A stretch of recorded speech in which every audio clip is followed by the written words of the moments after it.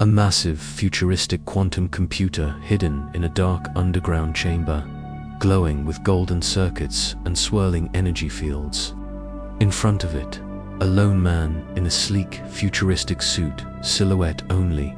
No clear identity stands, staring at the machine with awe and fear. The atmosphere is mysterious, cinematic, with dramatic lighting, high contrast shadows, and a sci-fi thriller mood. They buried the machine beneath a mountain because mountains don't move. A freight elevator carried Elon down through granite and steel, past warning placards and heat exchangers, into a cavern so large it held its own weather. The air was cool, dry, humming.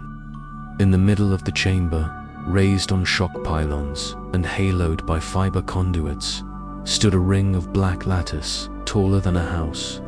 It pulsed faintly, like a sleeping heart. The Oracle machine, no screens, no speakers, no keyboards. The interface was a slit of paper, an old teletype printer spooled with archival tape bolted to a brushed metal pedestal. If you wanted prophecy, you fed it questions and waited for the sound of keys you couldn't see. Dr. Imani Park met Elon at the railing. "We finished the cold start," she said. "Thermal drifts below a picokelvin. Photon traps are stable. If there's a future to see, the aperture is clear." Elon's eyes tracked the lattice. It wasn't a single device so much as a woven field. Nested rings, counter-rotating interference paths, a cage where light chased itself into patterns that shouldn't exist. Quantum was the old word. This was something else: structured collapse, engineered inevitability, constraints. He asked. Imani handed him a card. On it, 6 rules, printed like commandments. 1 question at a time. No ambiguous reference. No questions about the device. No questions about death dates. No loops. Do not ask about answers you have not yet read. If the printer writes stop, you stop. He flipped the card once, twice. Superstitions, guardrails, she said. We learned them the hard way. On the floor below, a small team moved like surgeons. Kadeem Ortiz, control systems, ran a final impedance sweep. Aisha Kareem checked the Faraday cage seals. Beside the printer, a single red toggle waited beneath a steel wire. Elon nodded. Let's light it. Kadeem broke the seal, flipped the switch. The lattice inhaled the sound like wind through a bottle, then settled into a tone just below. Hearing, the chambers, leads dim diffraction. Not from load, Imani had said, but from preference. The machine didn't pull power so much as suggest the universe deliver it. Elon stepped to the pedestal. The tape was blank. His reflection, faint in the brushed metal, looked back at him, older than he felt. He took the pencil. Calibration first. Imani exhaled. Small question. He wrote, in block letters. What letter will the tape print first, if this is working? He slid the card into the slot. The lattice changed song. The printer did not tick, then ticked once. A single letter snapping into the world with a noise like teeth. Kirkadium frowned. Cute. Imani smiled despite herself. It knows the joke. Elon's mouth twitched. Or we taught it to prefer wit. He wrote the next one. What is the weather in Cape Town right now? The lattice's tone walked upward half a step, then fell as if thinking in scales. The printer, chattered, clear, 21C, wind 1, 2 kph, say Kadeem's tablet buzzed. That matches. Within margin, he looked up. It shouldn't. We air-gapped everything. It's not browsing, Imani said. It's converging. Local states compress if you structure the query well enough. Elon wrote faster now, letting the pencil find a rhythm. What number will be rolled if I throw these dice? He tossed it. Sealed cubes. They clattered under the railing. 7. The dice stopped. 4. 3. Kadeem swallowed. Okay. Imani squeezed the rail until her knuckles went white. Don't lean on parlor tricks. That way lies self-hypnosis. Elon stared at the lattice. The tone was inside his bones now. A sympathetic vibration his ribs were learning to sing.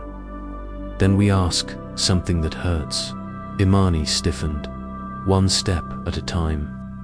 2, he said softly, and wrote, what single action can most reduce global A-related risk in the next 12 months? Silence. The machine's tone slid down into something like a held breath. The printer trembled, then printed 3 words in a hand that belonged to no person. Delay public deployments. Kadeem cursed under his breath. That'll start a war. Eyes were on Elon. We can't ask about policy on the first hour. We didn't. We asked about risk. He tapped the card, and it didn't say stop. Imani looked at the 6th rule like it might change. Elon wrote another, smaller, stranger question. What question should I not ask? The printer did not move. The lattice sang a new harmonic. The air in the chamber seemed to grow heavier, like the mountain had leaned in to hear. Then the printer hammered out a single, stubborn word, stop. The paper jumped with the force of it. The word repeated, twice, then a 3rd time in darker ink, as if pressure alone could change the future. Imani's hand hovered over the toggle. We cut power. Elon stared at the tape. The word glowed in the mind after the eyes left it. Stop. He didn't flip the switch. Instead, he wrote, if I stop now, what changes? The lattice's tone flickered like a heartbeat skipping. The printer printed, not words, but a TIMESTAMP.T +2 6 hours. Facility, evacuation, nitrogen monoxide, casualties. T +2 9 hours. Global network anomalies contained T +31 hours. This device sealed. The tape kept rolling. Imani reached to tear it. Elon held her wrist. What if we don't stop? He asked the air. The answer did not come in letters. It came in heat. The lattice warmed 1/10 of a degree, nothing on any gauge. Everything in his skin. The mountain exhaled through a seam. Somewhere, a relay snapped open with the exact, remembered sound of a rifle bolt. Then, gently, as if to a child, do not ask the second question. Imani's voice was a whisper. What second question? Elon already knew. He had carried it down. The elevator like a stone. How does this end? He put the pencil down. The machine's tone held, apologetic, hopeful, afraid. I hear you, he said. He meant it. He also did in single quotes. He reached for the pencil again, and the tape of its own volition. With no motor moving, fed forward 3 empty inches and stamped a single line at the bottom margin, where it would be the last thing anyone saw if they tore it now. You. Elon shut his eyes. The room was very quiet. The mountain, being a mountain, did not offer counsel. He opened them and wrote anyway. Elon stood before the oracle machine, its colossal ring glowing with a pulsing rhythm that felt almost alive. The hum resonated through his chest, matching the tempo of his heartbeat. He had seen countless machines, built rockets that pierced the sky, networks that blanketed planets, but nothing compared to this.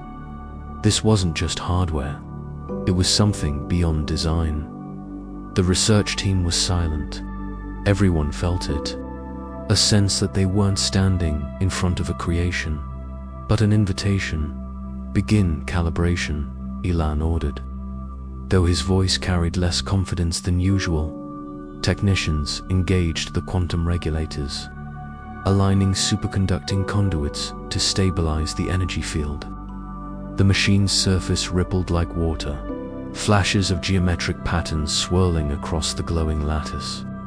Symbols no one recognized appeared for seconds, then dissolved into static. "What are those?" whispered Siri, the lead physicist.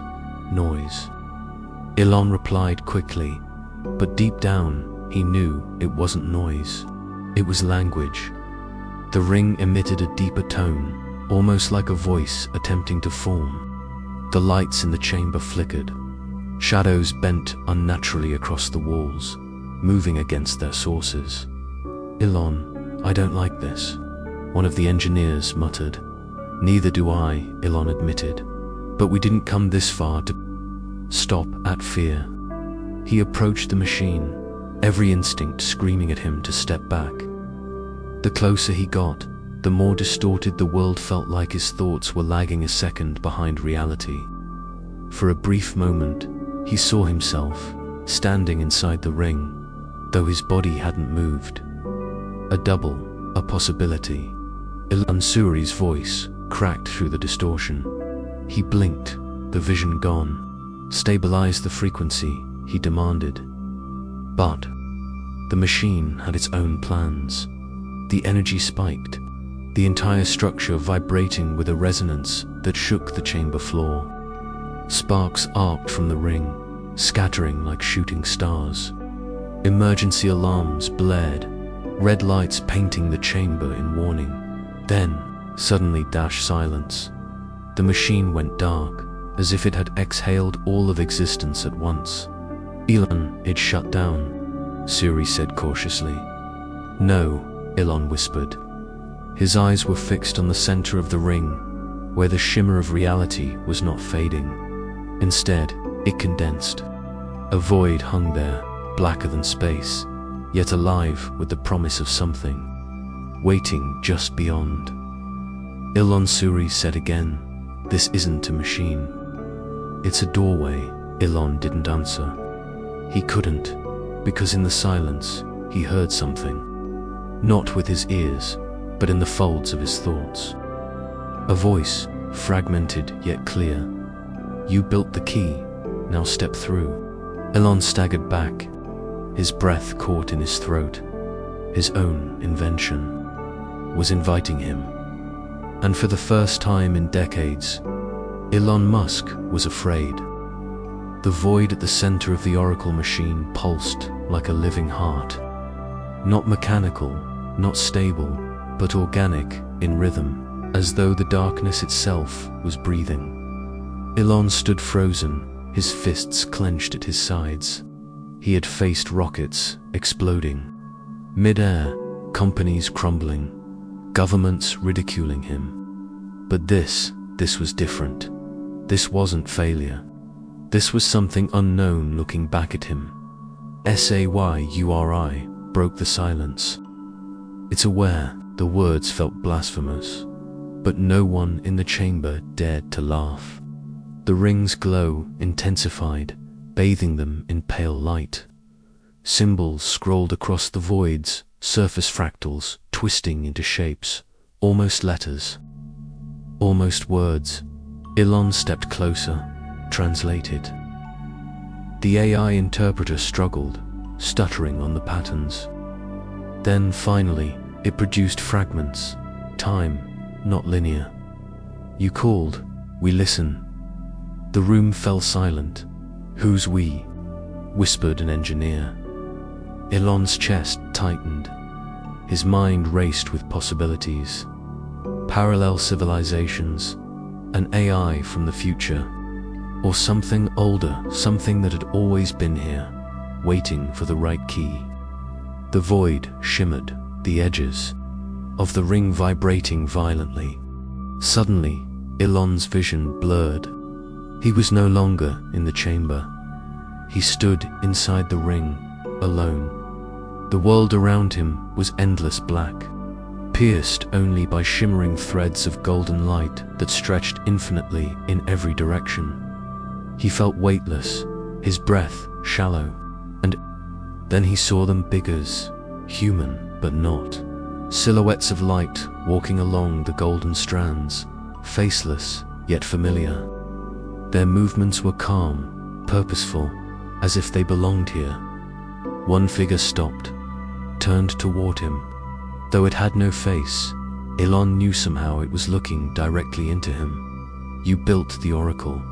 The voice whispered, not in sound, but thought, "But it was never yours to control. It is older than your stars, older than your questions."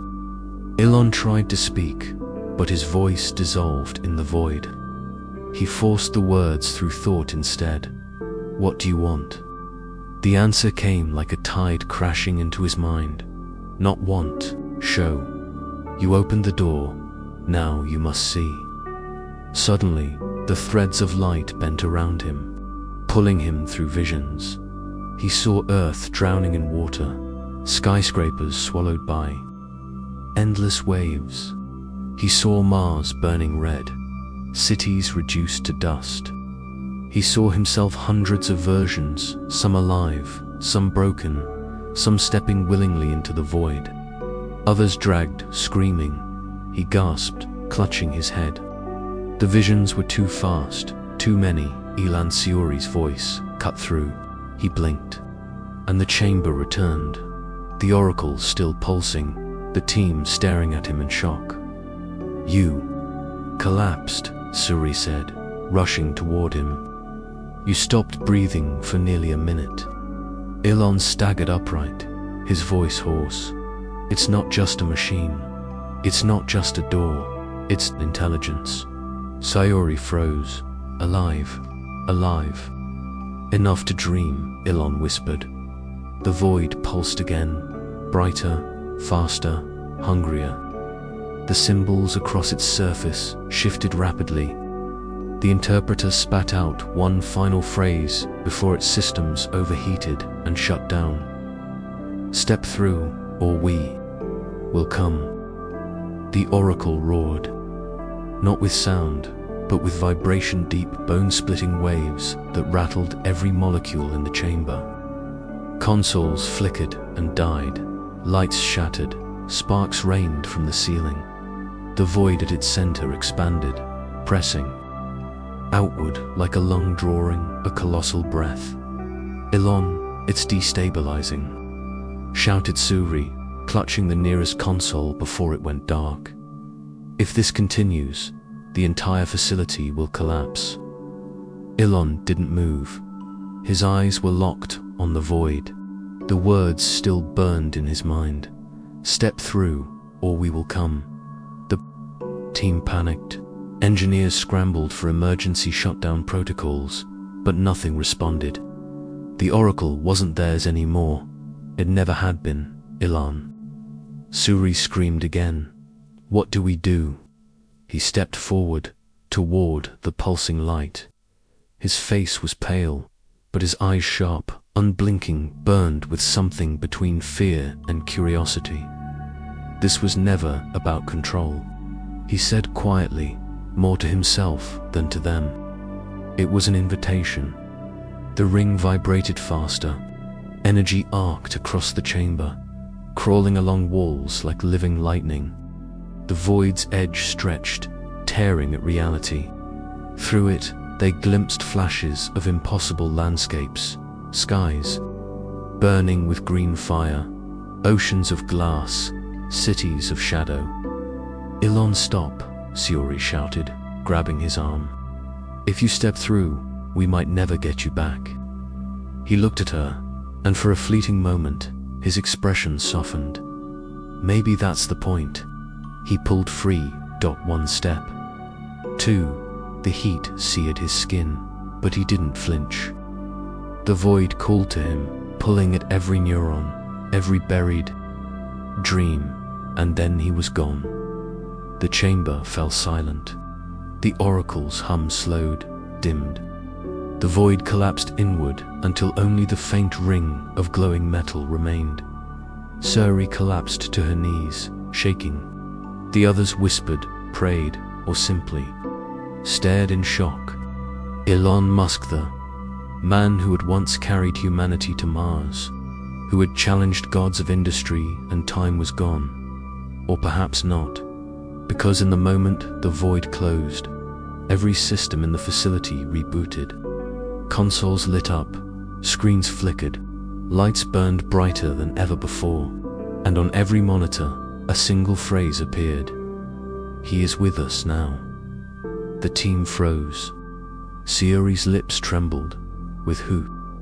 No answer came. Above, on the Martian surface, tremors shook the ground. Satellites orbiting overhead captured a brief, inexplicable surge of energy radiating from the Phobos Voltan energy signature that matched nothing known to physics. For a moment, it stretched beyond Mars, into the black.